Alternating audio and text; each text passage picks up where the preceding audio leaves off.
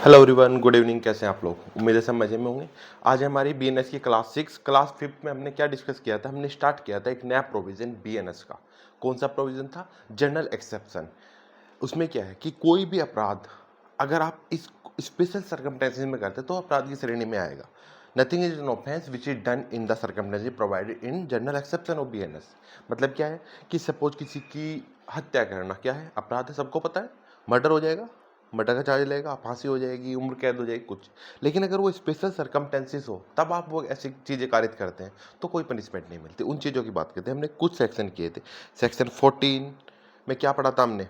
Bound by law. Section 17 में पढ़ा justified by law. अगर कोई ऐसा कार्य करता है तो वो किसी अपराध की श्रेणी में नहीं आएगा। फिर सेक्शन 15 में हमने पढ़ा था एक्ट ऑफ द जज। जज का कोई कार्य कोई पनिशेबल नहीं होगा क्योंकि वो कहाँ आता है? जनरल एक्सेप्शन में आता है। देन उसके बाद पढ़ा था हमने जल्लाद का कार्य। सेक्शन 16 में मतलब execution of law, execution of any order of court. ठीक है। 17 हमने पढ़ा था क्या? Justified by law. कोई पर्सन खुद को जस्टिफाइड बाय लॉ समझता है और कोई कार्य करता है तो वो किसी आपराधिक श्रेणी में नहीं आएगा। ठीक है। अब देखो, नॉर्मल सा रूल क्या कहता है कि कोई भी अपराध कब बनता है? कोई भी ऑफेंस अगर बनता है तो ऑफेंस के लिए दो चीज़ें चाहिए होती है। अगर चलिए यहाँ लिख देते हैं। कोई अपराध अगर कोई ऑफेंस होता है, ऑफेंस के लिए दो चीज़ चाहिए। पहली चाहिए मेंस, दूसरी चाहिए एक्टिस। मेंस क्या होता है? मेंटल कंडीशन, कि जब तक दिमाग में नहीं होगा, आपकी मेंटल स्थिति नहीं होगी तो कोई अपराध नहीं होगा। एक्टिस उस मेंटल स्थिति को लेकर के जो आपके दिमाग में चला है, कोई फिजिकल वर्क आपने किया है, कोई एग्जिस्टेंस में कोई काम कर रहे हो तो अपराध बनता है। अब आर वर्सी ओल्ड में पढ़ा था nothing is an offence which is done without A guilty mind. Guilty mind नहीं है तो कोई अपराध नहीं है। मेंसरिया नहीं है तो कोई अपराध नहीं है। अब ये जनरल एक्सेप्शन सभी उसी हिसाब से चलेंगे कि अगर मेंसरिया नहीं है, आपका आपके दिमाग में खुरापात नहीं है किसी अपराध को करने की, ठीक है, तो कोई अपराध नहीं होगा। अब सेक्शन 17 तक पढ़ा था हमने जनरल एक्सेप्शन। साथ साथ याद करते हुए चलना, क्योंकि हम क्लास बड़ी इसलिए नहीं कर रहे ताकि दिमाग खराब ना हो। छोटी छोटी 10-10 मिनट की क्लास में आपका पूरा आईपीसी खत्म हो जाएगा, पता भी नहीं चलेगा, मजाक मजाक में। चलिए सेक्शन 18 की बात करते हैं। 18 कहता है, मैंने इसको बिल्कुल छोटे छोटे पॉइंट में तोड़ा ताकि आपको याद हो जाए। एनीवन, यदि कोई व्यक्ति कोई कार्य करता है डन इन गुड फेथ। पहली बात तो आ गई गुड फेथ। गुड फेथ कहाँ आता है? सेक्शन 211 में। गुड फेथ में कोई कार्य करता है, ठीक है, कोई मेंसिया नहीं, किसी के भले के लिए कर रहा है, नॉर्मल कार्य कर रहा है जिसका कोई नुकसान नहीं है। लॉफुल एक्ट करता है। एक्ट कैसा है? लॉफुल कार्य, विधि द्वारा आबद्ध नहीं है, विधि द्वारा इलीगल नहीं है, कोई कार्य प्रतिबंधित नहीं है। Lawful means lawful manner. कोई व्यक्ति क्या करता है? If anyone done any act in good faith with law, any lawful act, lawful manner and lawful means कोई कार्य करता है विदाउट, लेकिन क्या नहीं होना चाहिए? विदाउट क्रिमिनल इंटेंशन और नॉलेज। ना तो उसको मेंसरिया है, मेंसरिया नहीं है, और उसे नॉलेज नहीं, उसे ज्ञान नहीं कि इससे कोई हादसा हो जाए, कोई घटना हो जाए, किसी को नुकसान हो जाएगा। फिर भी अगर किसी को हानि पहुंचती है, इफ इंजरी संबंध, इंजर्ड करता है किसी को, तो वो क्या होगा? क्योंकि देखो, मेंसरिया नहीं है, नॉलेज नहीं है, लॉफुल तरीके से सारे काम कर रहा है, लॉफुल एक्ट कर रहा है, तो फिर भी कोई नुकसान पहुंचेगा तो क्या है? एक्सीडेंट है या मिसफॉर्चून है। यही सेक्शन 18 ने बोला है। मान लिया मैं बाइक चला रहा हूँ, मेरे पास बाइक के प्रॉपर पेपर है, या मैं गाड़ी चला रहा हूँ, गाड़ी के प्रॉपर पेपर है, लाइसेंस है, इंश्योरेंस है, पॉल्यूशन है, ठीक है, और मैं पूरी तरह से साउंड माइंड हूँ, विकृचित नहीं हूँ, पूरी तरह से बिल्कुल स्वस्थ मन से हूँ, बिल्कुल टेंशन फ्री हूँ, लॉफुल एक्ट कर रहा हूँ, गाड़ी चलाना लॉफुल एक्ट होता है, लॉफुल मीन्स से कर रहा हूँ, लॉफुल मैनर से कर रहा हूँ, प्रॉपर जो स्पीड लिमिट बनी है उस स्पीड से चला रहा हूँ गाड़ी, सब कुछ बिल्कुल ओके है, ड्राइविंग लाइसेंस मेरा है, अथोराइज हूँ मैं गाड़ी चलाने के लिए। फिर एक एक्सीडेंट होता है, एक व्यक्ति मर गया, भाई वो मर गया, मेरी गलती नहीं है, मेरे कार्य में कहीं पे कोई कमी नहीं है, प्रॉपर ये सारे कंडीशन मैंने अप्लाई की है, सब कुछ है। ना तो मुझे मेरी क्रिमिनल इंटेंशन थी रमेश को मारने की, ना ही मुझे नॉलेज थी कि रमेश मरेगा मेरे कार्य से, फिर भी वो मर जाता है, तो भाई साहब एक्सीडेंट है, मेरा कोई अपराध नहीं। क्लियर है कि नहीं है? बताइए, यहाँ तक क्लियर है? अब इसके साथ साथ आप लोग देखना सेक्शन नंबर, क्योंकि मैं सोच रहा हूँ आपकी साथ साथ चीज़ें कवर होती चले। अब बीएनएस अगर आप खोलोगे, भारतीय न्याय, बीएस से भारतीय साक्ष्य अधिनियम, वहाँ पे सेक्शन नंबर 12 अगर आप देखेंगे, सेक्शन 12 क्या बात कर रहा है? Existence fact state of mind. और सेक्शन 13 बात कर रहा है आपके कोई कार्य जो किया गया, तब एक्सीडेंटल था या इंटेंशन। सेक्शन 13 साथ में ऐड कर देना, बीएस से भारतीय साक्ष्य अधिनियम सेक्शन 13, 12 और 13 दोनों एक साथ चलेंगे। सेक्शन 12 और 13, 12 ये कंडीशन डिफाइन करेगा, डिसाइड करेगा, मतलब ये डिसाइड करने के लिए कि ये एक्सीडेंट था क्या नहीं था, आपको क्या साबित करना पड़ेगा? सेक्शन 12 मैं आप एविडेंस दे सकते हो। सेक्शन 13 ने बोला कि ठीक है ये एक्सीडेंट था या नहीं था, ये डिसाइड करेंगे। समझ आया कि कोई कार्य अगर प्रॉपर वे में किया जाता है, लॉफुल एक्ट है, लॉफुल मैनर से, लॉफुल मीन से किया जाता है, without criminal intention and knowledge, तो वो एक्सीडेंट होगा सिर्फ। और एक्सीडेंट है कि नहीं है, ये सेक्शन 13 एविडेंस एक्ट बताएगा, साक्ष्य अधिनियम। ठीक है, और सेक्शन 13 साबित करने के लिए सेक्शन 12 साक्ष्य अधिनियम पे आपको जाना पड़ेगा। उम्मीद है यहाँ तक चीजें क्लियर आ गई होंगी।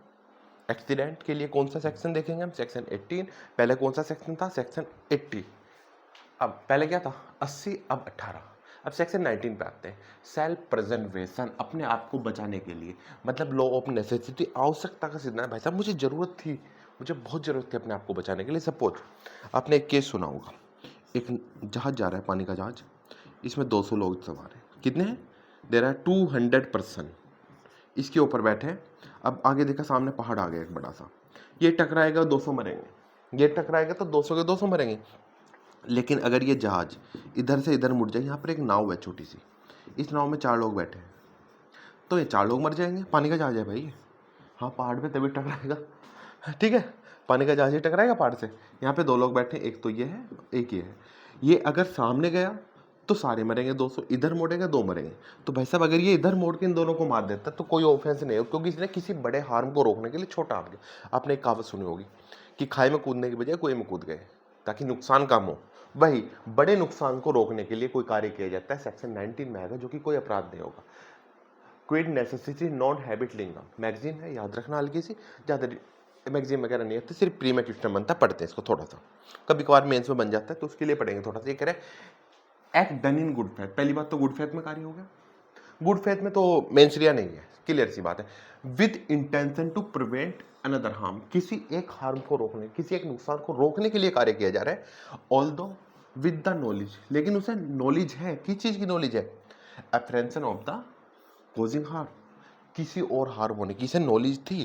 देखो इंटेंशन नहीं थी, गुड फेथ में कार्य कर रहा था, किसी बड़े हार्म को रोकने के लिए इधर इसने जहाज को मोड़ा था, कार्य किया था। Although with the knowledge, knowledge थी इसे कि अगर मैं इधर करूंगा दोनों मर जाएंगे, लेकिन इन 200 को तो बचाना था। ठीक है, विदाउट द क्रिमिनल इंटेंशन, कोई क्रिमिनल इंटेंशन नहीं है, क्योंकि गुड फेथ में है तो क्रिमिनल इंटेंशन का मतलब ही नहीं बनता। ठीक है, तो ये क्या होगा? कोई अपराध नहीं, इसे बोलते हैं आवश्यकता का सिद्धांत। आवश्यकता थी इसलिए मुझे मारना पड़ा उनको। ठीक है, समझा? पहले पढ़ा था हमने केस, इसके लिए केस है, आपने सुना होगा पहले, आर वर्सी डोडले एंड स्टीफन, 1884 का केस है। बहुत सिंपल सा केस है, एग्जाम में बार बार भर भर के पूछता है। उम्मीद है चीजें क्लियर हो गई होंगी। आगे बढ़ते हैं, ज्यादा टाइम वेस्ट नहीं करेंगे, छोटे छोटे सेक्शन है, एग्जाम में आते जरूर है, देखो ऐसा नहीं है नहीं आएंगे। आगे बढ़ते हैं। अब यहाँ तक क्या हो रहा है? जनरल एक्सेप्शन पढ़ रहे हैं हम। सेक्शन 18 में हमने क्या पढ़ा है? हमने कहा कोई कार्य अगर आप प्रॉपर वे में कर रहे हो, ठीक है, कोई आपकी तरफ से कोई मिस्टेक नहीं, फिर भी किसी को नुकसान हो जाएगा तो भाई एक्सीडेंट है, जानबूझ के नहीं किया। यहाँ पे एक क्वेश्चन आता है, नॉर्मल से एक्सीडेंट वाले में क्वेश्चन आता है। एक व्यक्ति है जो एक पेड़ पे खड़ा है, पेड़ की शाखा थी, एक शाखा ये है, एक शाखा ये है, इस पेड़ पे यहाँ पे खड़ा है, लकड़ी काट रहा है कुल्हाड़ी से। ये कुल्हाड़ी है इसके हाथ में, ये लकड़ी काट रहा है, देखो इतना बड़ा, यहाँ से इतना काट भी दिया, लकड़ी काट रहा है। नीचे कुछ बच्चे खेल रहे थे, 1 2 3 4, ये 5 बच्चे, देखो अनलॉफुल असेंबली बना दिया हमने। ये 5 लोग खेल रहे हैं क्योंकि ये व्यक्ति यहाँ पे चढ़ा हुआ लकड़ी काट रहा है अपने हाथ से। और क्या हुआ, अचानक से कुल्हाड़ी का ये ऊपर का फल आगे का, कुल्हाड़ी का फल गिरा और एक बच्चे का सर फट गया और ये बच्चा ये पड़ा है, देखो मरा हुआ है। ये एक बच्चा मर जाता है। क्या ये एक्सीडेंट है कि नहीं है? एक्सीडेंट है या मर्डर है? अभी हम नेग्लिजेंस फुली मर्डर की या को कल्पेबल होमिसाइड क्या मर्डर की बात नहीं, हत्या है या एक्सीडेंट है, दुर्घटना है। क्योंकि यहाँ पर बच्चे खेल रहे हैं, उसने बोला ड्यू क्या, लॉफुल एक्ट, लॉफुल मैनर से, with good faith. Good faith का मतलब क्या था? ड्यू केयर एंड कॉशन से करेगा तो कार्य क्या होगा? एक्सीडेंट होगा। लेकिन ड्यू केयर एंड कॉशन कहाँ है? इससे पहले क्या करना चाहिए? बच्चों हटो यहाँ से, अब मैं लकड़ी काटूंगा, तब लकड़ी काटनी चाहिए थी। तो ये क्या था? मर्डर था। ठीक है, अभी हम उसकी बात नहीं कर रहे नेग्लिजेंस फुल्ली था क्या था वो, क्योंकि कंफ्यूजन हो जाएगा, अभी आप वहां तक नहीं पहुंचे। दूसरी बात, ये लकड़ी काट रहा था आराम से, proper due care and caution के साथ, कोई दिक्कत नहीं, कोई बच्चा नहीं खेल रहा था। अचानक से एक व्यक्ति इधर से आया, ये चल रहा है, हीरो बन के चल रहा है, बैग लगा के, वकील था, कोर्ट जा रहा है। अब ये निकला और इसके ऊपर गिर गया, ये मर गया। तो यहां पर एक्सीडेंट है, क्योंकि यहां पे इसका कार्य लॉफुल एक्ट था, पेड़ काटना लॉफुल एक्ट होता है। इवन ये किसका, सिंबल का, बरगद का पेड़ नहीं होना चाहिए या आम का। ये समझ आया, ये प्रॉब्लम एग्जाम में आती है, मेंस में आती है, प्रीवियस इसलिए डिस्कस किया। अगर कार्य लॉफुल मैनर से किया गया हो, ड्यू कैरेंट क्वेश्चन के साथ किया गया तो कोई अपराध नहीं है, एक्सीडेंट है। अगर नहीं किया जाता लॉफुल मैनर से, ड्यू कैरेंट क्वेश्चन से, तो अपराध हो जाता है। क्लियर है? चलिए आगे बढ़ते हैं। अब सेक्शन आते हैं, 19 हो गया था ना, सेक्शन 20 और 21। सेक्शन 20 एंड 21 दोनों बात करते हैं किसी चाइल्ड के एक्ट की। किसी बच्चे का कोई कार्य अपराध नहीं होगा या होगा, ये डिपेंड करता है उस सर्कमस्टेंसेस पर और बच्चे की एज पर। चलिए अभी इनको डिस्कस करते हैं। अगर कोई बच्चा, देखो छोटे बच्चों को क्या पता हो क्या कर रहे हैं, उनके कार्य की ना तो प्रकृति पता, ना नॉलेज है उनकी, ना उनकी इंटेंशन कुछ है। तो यहाँ पर सेक्शन 20 और 21 में हम वही देखेंगे। यहाँ पर जो बच्चा है अंडर 7 ईयर्स है, ठीक है, तो नो ऑफेंस। अगर कोई 7 साल से छोटा बच्चा किसी को मार दे, कुछ भी कर दे, कोई अपराध नहीं है, no offence, free from legal liability. आगे 7 to 12 years, if not understand the nature and consequence of the act, अपने कार्य का ना तो वो प्रकृति समझ पा रहा है, ना प्रकृति समझ पा रहा है, ना कंसिक्वेंस, उसका परिणाम क्या होगा वो समझ पा रहा है, तो भी नो ऑफेंस होगा।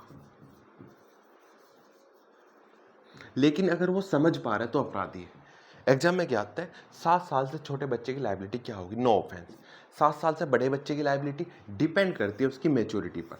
नेचर एंड कंसिक्वेंस अगर वो समझ पा रहा है तो अपराध है, नहीं समझ पा रहा है अपराध नहीं है। अब एग्जाम में दूसरी क्या बात पूछता है, सेक्शन 20 में ये पूछता है, किस नाम से जानते हैं इसको, जानते हैं डोली इन कैपेक्स, और इसको जानते हैं डोली कैपेक्स। याद रहेगा, यही वर्ड एग्जाम में पूछता है, किस सेक्शन में है, डोली इन कैपेक्स में कितने एज का बच्चा है, 7 साल से कम का है, डोली कैपेक्स में 7 साल से 12 साल तक का बच्चा है। ठीक है, इतनी सी बातें की है, छोटी छोटी सी बातें।